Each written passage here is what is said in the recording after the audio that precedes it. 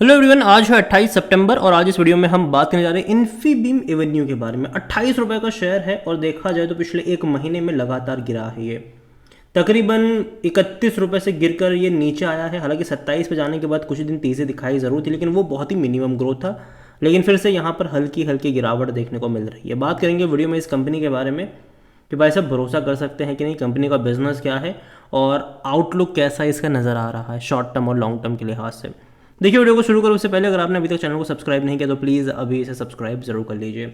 28 रुपये का शेयर है, एक महीने में यहाँ पर कोई तेज़ी नहीं है, लेकिन एक साल में 60% की बड़ी रफ्तार। हालांकि पैसा तो डबल से भी ज़्यादा इसने बहुत ही कम टाइम में मतलब यहाँ पर बना के दे दिया था। 18 का शेयर था, 40 पे गया था, लेकिन उसके बाद एक फॉल आया, मेजर फॉल आया, 27 पे गया। अटेम्प्ट करा हल्का सा, 32 पे गया ये, वापस गिरकर आया था 28 पे, वापस हल्का सा अटेम्प्ट करा 33 पे गया, उसके बाद फिर से गिरकर 27 पे आया। तो यहाँ पर अभी अगर आप देख रहे हो तो जो अटेम्प्ट भी यहाँ पर देखने को मिल रहे हैं, अगर 15-20% की तेज़ी आती भी है वहाँ पर तो वापस उससे ज़्यादा बड़ी गिरावट यहाँ पर देखने को मिल जाती है। तो यहाँ पर ग्राफ अगर आप देखो तो लगातार डाउनवर्ड ट्रैजेक्टरी शो कर रहा है और तेज़ी भी अगर आई है तो वो मुश्किल से 15% की तेज़ी रही है, बाद में गिरकर और नीचे ही गया है ये। और अभी भी देखा जाए तो भैया जो गिरावट वाला लेवल है उसी के आसपास ये मतलब बैठा हुआ है। अगर इसने 27 का भी लेवल तोड़ दिया तो बहुत जल्दी 25 रुपये का लेवल दिखा देगा। देखते हैं कि 27 का लेवल ये तोड़ता भी है कि नहीं। अगर हम इनके वॉल्यूम्स के बारे में बात करें तो 37 लाख से भी ज़्यादा के शेयर्स यहाँ पर ट्रेड होते नजर आए। देखो, बहुत ही कम क्वांटिटी में भी यहाँ पर ट्रेडिंग हो रही है। यहाँ पर देखो, ऐसी कंपनियाँ तब ज़्यादा ट्रेंड में आपको देखने को मिलती है जब कोई खबर आ जाए, ठीक है, कि भाई साहब ये चीज़ यहाँ हो रही है, इनके साथ पार्टनरशिप हो रही है, ये हो रहा है, कोई रिजल्ट्स आ गए, अच्छे नतीजे आए या फिर बुरे नतीजे आए, तब हम एक मेजर यहाँ पर कह सकते हैं कि वॉल्यूम्स क्रिएट होते नज़र आते हैं। वरना बाकी दिनों में इनके वॉल्यूम्स इतने ही रहते हैं, कोई बहुत बड़ा चेंजेस देखने को नहीं मिलता है। एक टाइम था जब ये 60 रुपये का था और एक टाइम था जब ये 6.5 रुपये का था, लेकिन अगेन मैं कह दूँ 6.5 रुपये ये कभी नहीं गया है। ये प्राइस एडजस्ट है क्योंकि बोनस इसने पे करा था। मार्केट कैप 7,800 करोड़ के आसपास देखने को मिल रहा है। कंपनी के बारे में अगर हम बात करने जाए तो according to Moneycontrol user 60% लोग कह रहे खरीदारी करो, 40% लोग कह रहे बेचो और भाग जाओ यहाँ से। अगर आप देखोगे इस कंपनी के बारे में तो देखिए, यहाँ पर जो लास्ट कुछ जो ट्रांजेक्शन हुए हैं वो सिर्फ और सिर्फ बिकवाली के हैं। अगर आप सितंबर महीने में भी अगर आप देखोगे, इसी महीने का अगर आप देखोगे तो कंपनी के ही जो पर्सनस है, एम्प्लॉयज़ कह लो, यहाँ पर 2 लाख शेयर बेचे 28 पे, 60,000 शेयर बेचे 28 पे, 40,000 शेयर बेचे और 60,000 शेयर बेचे। तो कंपनी के लोगों की तरफ से बिकवाली हो रही है।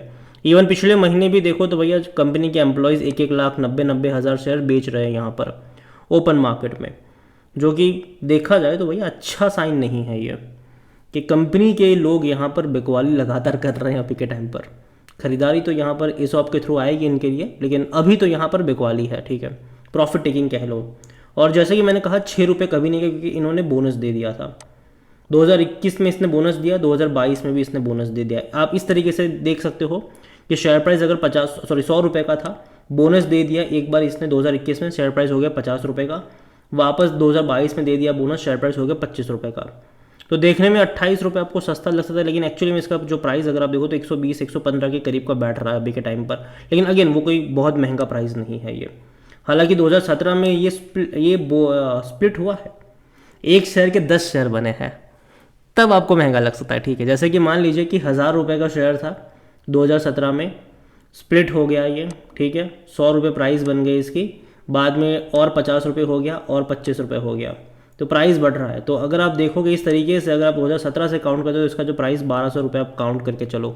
लेकिन ये बहुत सारी कंपनी में यही है, लेकिन हमें देखना यह है कि वैल्यूएशन कैसा है इसका, पी रेशो कहाँ पर है, क्या चीज़ें स्टैंड आउट करती है, वो देखना ज़रूरी है। और अगर हम यहाँ पर कंपनी के बिजनेस की बात करें तो देखिए, डिजिटल पेमेंट सोल्यूशन प्रोवाइड करवाने वाली कंपनी है। जब भी हम ऑनलाइन पेमेंट्स करते हैं, ठीक है, तो बीच में जो मीडियम होता है जो उस पेमेंट को प्रोसेस करवाता है, तो वो ये है, ठीक है।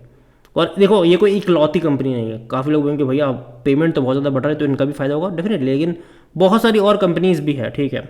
पाइन लैब से लेकर बहुत सारी कंपनीज है, ये इकलौते नहीं है।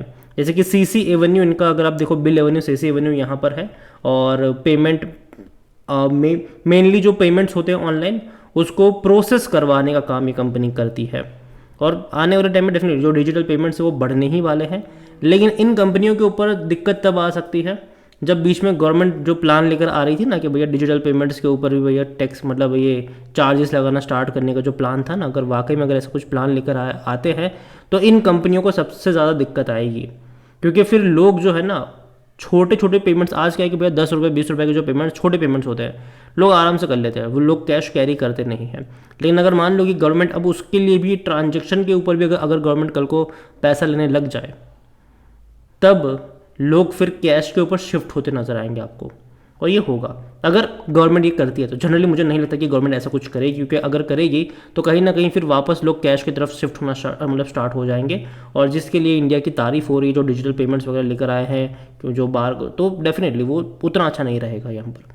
तो कंपनी देखो अच्छी कंपनी ज़रूर है, लेकिन ऐसा भी नहीं है कि भाई एक लौती है। जैसे कि मैंने कहा और भी कई बड़े प्लेयर्स हैं यहाँ पर, और भी कई सारे लोग हैं जो यही काम करते हुए हैं।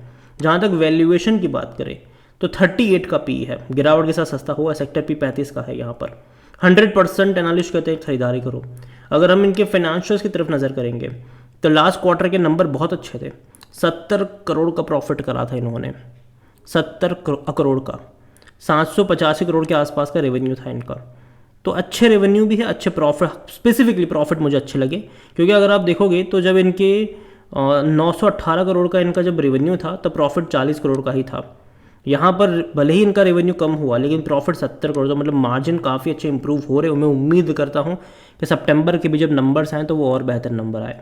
अब देखते हैं कि नंबर आएंगे तब वो कैसे आएंगे। और जहाँ तक शेयर होल्डिंग के बारे में देखें तो जो प्रमोटर की होल्डिंग है वो 27.43% की कम होल्डिंग है यहाँ पर प्रमोटर की। 0.09% म्यूचुअल फंड के पास है, बहुत कम है। डोमेस्टिक के पास तो कुछ भी नहीं है। एफआई 6.56% का स्टेक लेकर बैठे हैं, लेकिन एफआई भी भैया कुछ अलग ही खेल खेल रहा है यहाँ पर।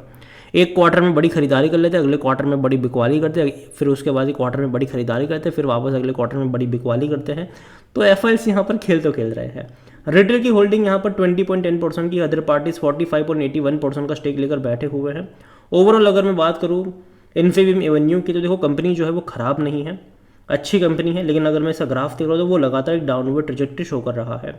और मुझे लगता है कि यहाँ पर शायद थोड़ी सी और गिरावट आएगी। जैसे कि अगर ये 20 से 25 रुपये की रेंज में जाएगा, वहाँ से एक अच्छा खासा सपोर्ट बन सकता है। वहाँ पर एक बाइंग के जो मौके हैं वो आपको देखने को मिलेंगे। और वहाँ पर वैल्यूएशन के हिसाब से भी अगर आप सोचो तो वो लेवल थोड़ा बहुत सस्ता हो सकता है, मतलब जो खरीदारी के लेवल से अगर मैं यहाँ पर देखूँ तो आपकी जो नज़र है वो मेरे हिसाब से 20 से 25 रुपये के आसपास अगर ये ज़्यादा है तो वहाँ पर आपका जो बाइंग इंटरेस्ट है वो होना चाहिए।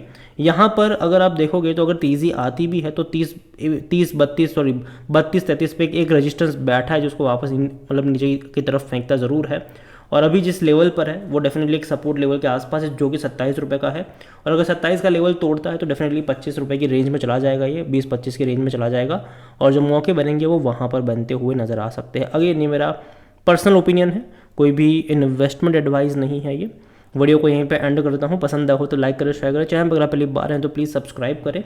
और इन्फीबीम एवेन्यू के बारे में आप क्या सोचते हैं वो भी आप मुझे कमेंट में लिखकर बता सकते हैं। Thank you.